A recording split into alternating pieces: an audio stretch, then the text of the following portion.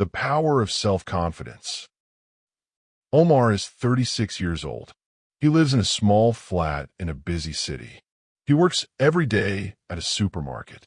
His job is to put products on shelves and help customers when they need help. Omar is a good man. He is polite and kind to everyone. He works very hard, but he feels shy. Omar does not talk much at work. He thinks, "I'm not special. My ideas are not important." So, he keeps his thoughts to himself. Even if Omar feels shy, he is smart. He watches customers carefully. He knows which shelves are easy to reach and which ones are hard. He sees which products sell fast. At home, Omar likes to draw. He draws plans to make the shop better. For example, he draws pictures to move shelves and put popular products in easy places. But Omar never shows his drawings to anyone. He thinks, "I'm only a worker. I'm not a manager. No one will listen to me." One morning, the shop manager, Mrs. Salma, speaks to all the workers.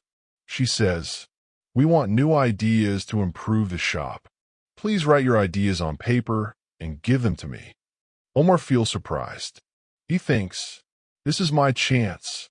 I have many ideas." He takes his notebook and chooses his best idea. He draws a new plan for the shelves. This plan will help customers find things more quickly. But Omar feels nervous. He thinks, "What if my idea is not good? What if they laugh at me?" He almost throws away his paper. At home that night, Omar looks at himself in the mirror. He feels afraid, but wants to be brave. He remembers his younger brother's words. "Omar, you help everyone. Now help yourself. Believe in your ideas." Omar takes a deep breath and says, "I will try. I will be brave." He decides to give his idea to the manager. The next morning, Omar walks to the manager's office. His hands are a little shaky. He gives Mrs. Salma the paper and says quietly, "I have an idea for the shop." The manager smiles and says, "Thank you, Omar. I will read your idea." Omar feels proud. For the first time, he speaks up and shares his thoughts.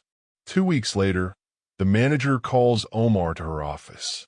She says, "Omar, your idea is very good. We will try in the shop next month. Also, I want you to help us make the changes." Omar feels happy and a little surprised. He never thought he could help in this way. He feels stronger and more confident. The shop changes with Omar's idea. The shelves are easier to use, and customers find products faster. Many customers are happy. Sales go up. Omar is now a team leader. His co-workers listen to his advice. Omar is no longer shy. He knows now that his ideas are important. He is proud of himself. Omar learns a very important lesson. Self-confidence means believing in yourself and your ideas. Even if you are quiet or shy, your thoughts are valuable. If you're brave and share your ideas, you can help others and change your life. If you ever feel afraid to speak or share your ideas, remember Omar. Take a deep breath and try. You are enough. Your ideas matter. Even one small step can change your life.